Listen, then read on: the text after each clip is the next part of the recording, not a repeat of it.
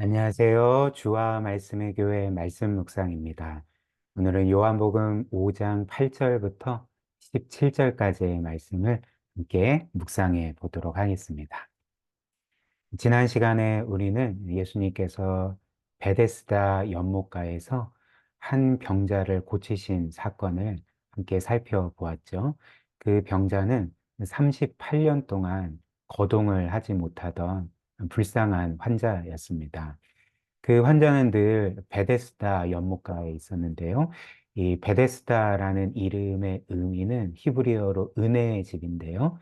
이 집을 의미하는 베트라는 단어와 또 하나님의 값없이 베푸시는 은혜를 또 사랑을 의미하는 헤세드의 합성어가 바로 이 베데스다였습니다. 따라서 베데스다가 의미하는 바는 누구나 값없이 하나님의 사랑을 받고 또 누구나 값없이 하나님의 은혜로 고침받고 구원받을 수 있는 집을 의미했던 거죠. 그러나 실상은 이 베데스다는 은혜의 집이 아니라 경쟁의 집이었습니다. 왜냐하면 우리가 본 말씀처럼 천사가 가끔씩 이 연못에 내려와서 물을 움직이게 할 때 경쟁에서 이겨 가장 먼저 연못에 들어가는 사람만이 고침받을 수 있다는 그 전설을 가진 연못이었기 때문에 그렇습니다. 따라서 이 베데스다는 은혜의 집이 아니었던 거죠. 경쟁에서 이겨서 가장 먼저 들어간 사람만이 치료받고 구원받는 그런 행위의 집, 경쟁의 집, 치열한 그런 어떤 면에서 경쟁이 있는 집이었다는 것입니다. 그리고 38년 된 병자는 그곳에서도 실패자요, 낙오자였습니다. 한번 생각을 해보십시오. 38년 동안 거동을 못했습니다. 스스로 걷지도 못하고 그 어떤 일도 하지 못하고 생계를 책임질 수 없는 사람이었습니다. 사회에서 당연히 낙오자요, 실패자였을 뿐만 아니라 그 베데스다 연못에서도 낙오자요, 실패자였던 거죠. 왜냐하면 늘 경쟁에서 져서 치료도 못 받고 스스로 거동도 못하고 이동도 못하는 사람이었기 때문에 즉 스스로 결코 자신의 능력으로는 치료받을 수 없는 사람이었기 때문에 그는 거기서도 실패자요 낙오자였던 것입니다. 그러나 예수님은 이를 어떻게 대하셨습니까? 그를 처음 보셨을 때 불쌍히 여기시고 긍휼히 여기셨고 그를 사랑하셨습니다. 그래서 그를 고쳐주셨던 거죠. 은혜로 치료해 주셨던 것입니다. 그런데 예수님께서 이 38년 된 병자를 고쳐주신 날은 안식일이었던 거죠. 8절과 9절 한번 보십시오. 예수께서 이르시되 일어나 너의 자리를 들고 걸어가라 하시니 그 사람이 곧 나아서 자리를 들고 걸어가니라. 이 날은 안식일이니 이렇게 우리에게 전해줍니다. 그래서 당시 유대인들은 이 38년 된 병자가 고침을 받고 그래서 그동안 자신이 누워있던 그 매트를 정리하여 들고 걸어가는 것을 보고 항의했던 거죠. 분노하고 항의했습니다. 왜냐하면 이 사람이 안식일을 어겼다는 그런 그 죄목을 가지고 이제 정죄를 했던 거죠. 요한복음 5장 10절입니다.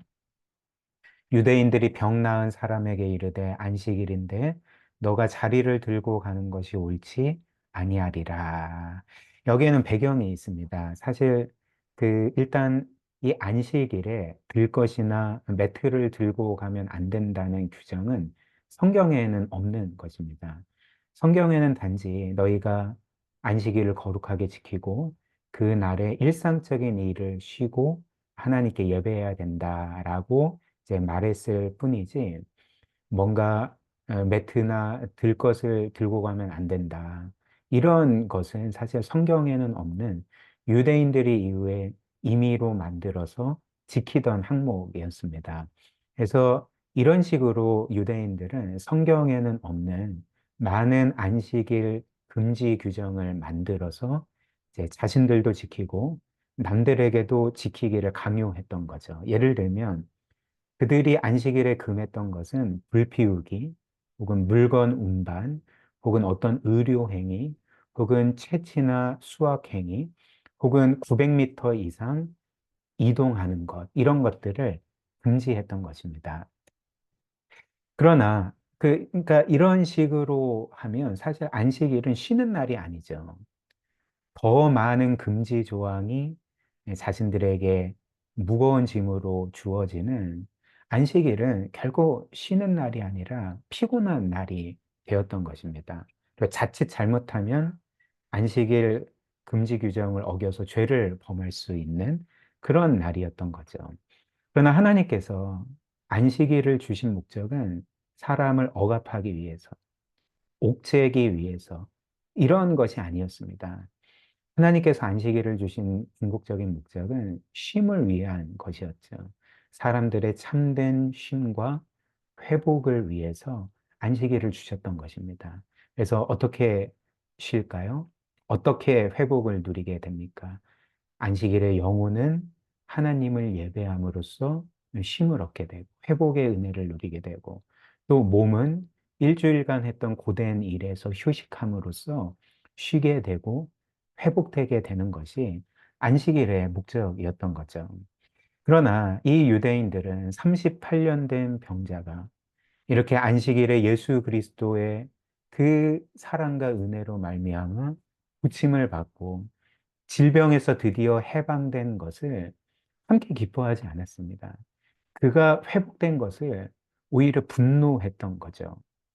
즉, 그가 안식일에도 불구하고 의료 행위를 받고 치료받은 것, 그리고 그 즉시 그가 누워있던 매트를 정리하여 옮긴 것은 그들이 스스로 정한 안식일 그 금지 조항을 어긴 것이었기 때문에 이들은 이 38년 된 병자의 치료에 대해서 분노했던 것입니다. 그리고 그를 정죄했던 거죠.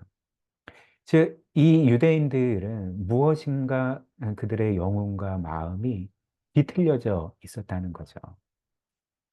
그렇다면 이들은 왜 38년 된 병자가 안식일에 고침받은 것을 함께 기뻐하지 않고 축하해 주지 않고 도리어 분노하고 정죄했을까? 그것은 그들이 하나님께서 그들에게 주신 이 계명의 목적, 안식일 준수 계명을 포함한 모든 계명의 목적을 저버렸기 때문에 그렇습니다. 성경에 따르면 하나님께서 계명을 주신 목적은 무엇일까요? 주께서 이에 대해서 이렇게 말씀하셨습니다. 마태복음 22장 37절부터 40절. 예수께서 이르시되 너의 마음을 다하고 목숨을 다하고 뜻을 다하여 주 너의 하나님을 사랑하라 하셨으니 이것이 크고 첫째 되는 계명이요 둘째도 그와 같으니 너의 이웃을 너 자신같이 사랑하라 하셨으니 이 두 계명이 온 율법과 선지자의 강령이니라. 어느 날 어떤 한 사람이 예수님께 하나님의 계명 중에 가장 큰 계명이 무엇입니까? 라고 물었습니다. 그리고 예수님은 이 질문에 대해서 가장 큰 계명은 하나님을 사랑하고 이웃을 사랑하는 거다. 이렇게 말씀을 하셨던 거죠.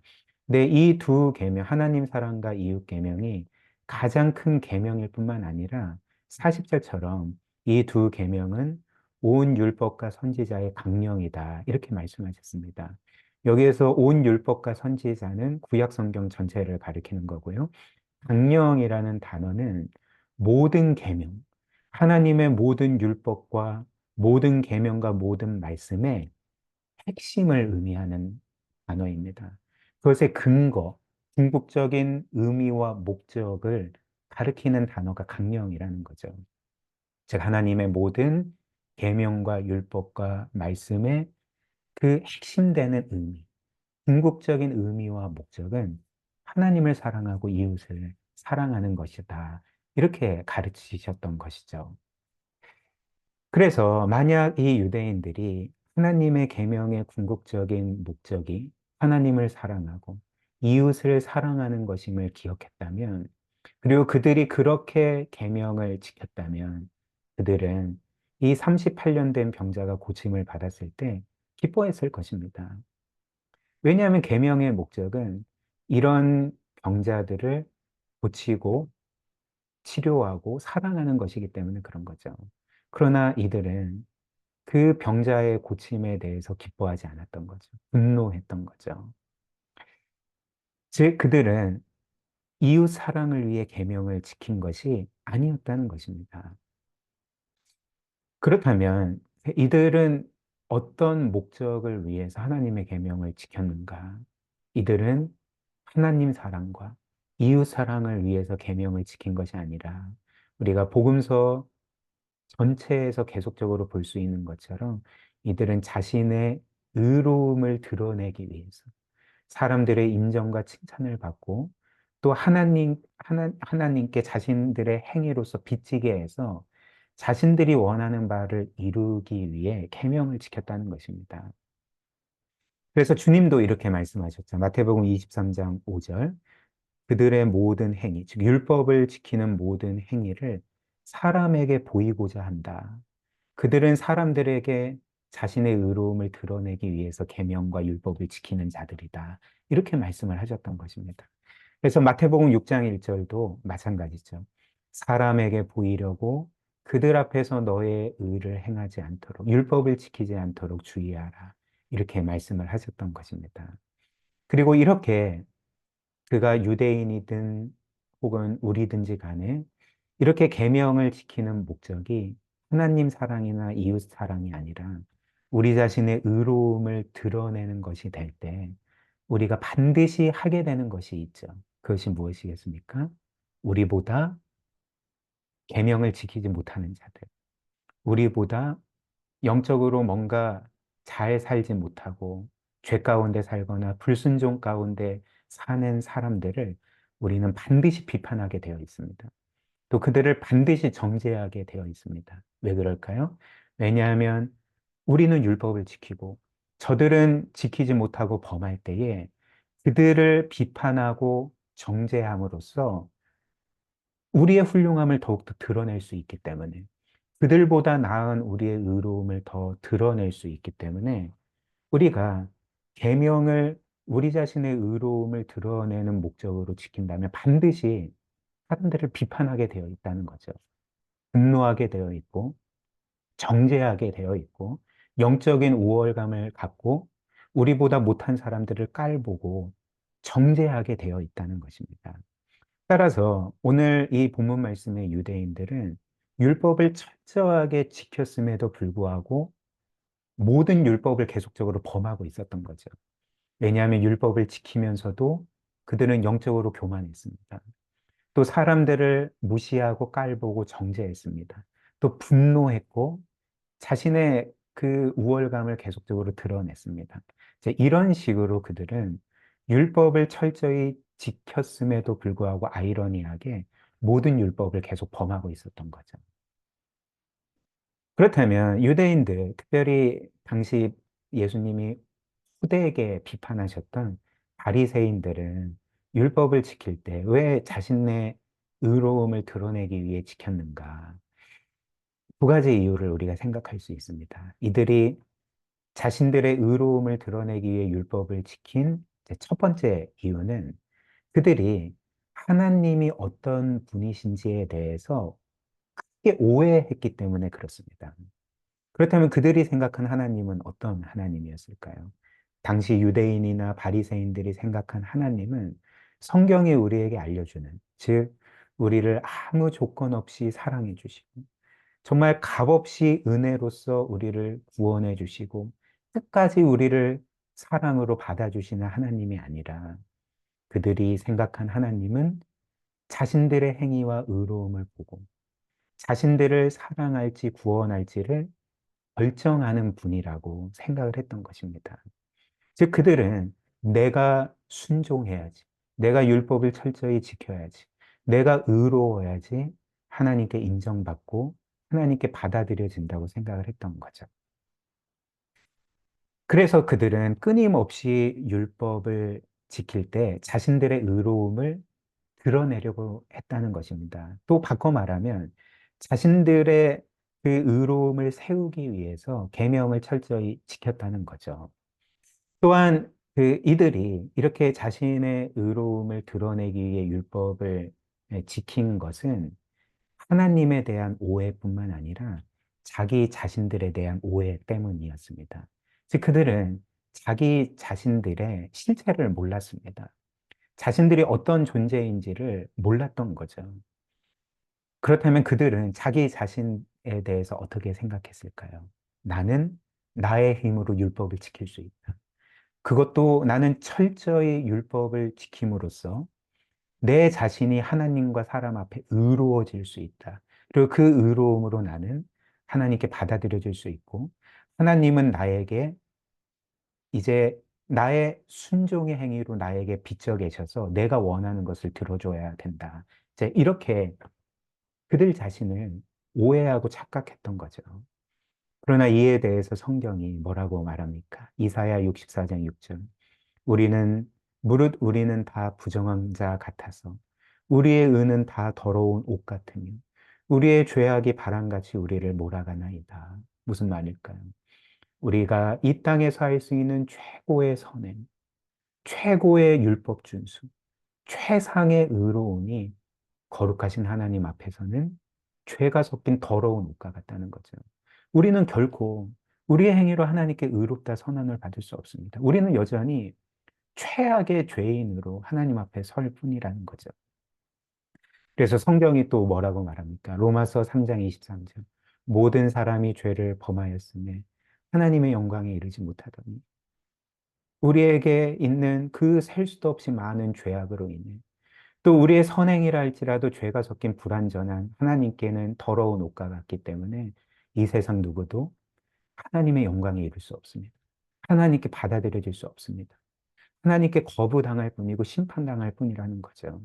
그러나 성경이 우리에게 알려주는 그 사랑과 은혜의 하나님은 어떤 분이십니까? 우리가 이런 죄인임에도 불구하고 우리 스스로는 율법을 지킬 수도 없고 다 범할 뿐이고 하나님 앞에 불의한 자로 죄인으로 심판받아 마땅하지만 그 하나님은 어떤 분이십니까? 로마서 3장 24절. 그리스도 예수 안에 있는 속량으로 말미암아 하나님의 은혜로 값없이 의롭다 하심을 얻은 자 되었느니라. 하나님은 스스로 구원받을 수 없는 죄밖에 없는 우리를 지극히 사랑하셔서 그분의 외아들 예수 그리스도를 우리를 위한 대속제물로 내어주시고 그분을 우리 대신 심판하여 죽이심으로써 우리의 모든 죄값을 치르시고 우리를 그리스도 안에서 영원히 의롭다 하신 사랑과 은혜의 하나님이시라는 것입니다. 그래서 로마서 3장 28절에 이어서 이렇게 말하죠. 그러므로 사람이 의롭다 하심을 얻는 것은 율법의 행위에 있지 않고 우리가 율법을 지키는 것에 있지 않고 오직 예수 그리스도를 믿음으로 되는 줄 우리가 인정하노라. 유대인들은 이것을 놓쳤던 것입니다.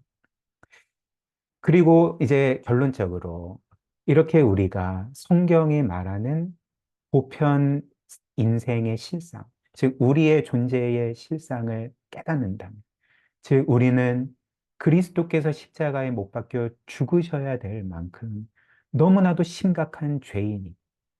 그래서 우리의 최상의 의로움도 하나님께는 더러운 옷과 같음을 우리가 깨닫게 된다면, 과연 우리가 하나님의 계명대로 살지 못하는 사람들에 대해 영적인 우월감을 가질 수가 있겠습니까? 나는 낫고 너는 못하다. 그리고 이런 식으로 사람들을 깔보고 정죄할 수 있겠습니까? 또 그들에 대해서 너는 하나님의 모든 계명을 불순종하는 자야라며 분노할 수 있겠습니까? 결국 그럴 수 없죠. 우리가 우리의 본질에 대해서 우리가 어떤 존재인지를 늘 기억한다면 우리는 우리가 다른 사람들과 똑같은 죄인임을 기억하며 늘 겸손하게 된다는 거죠.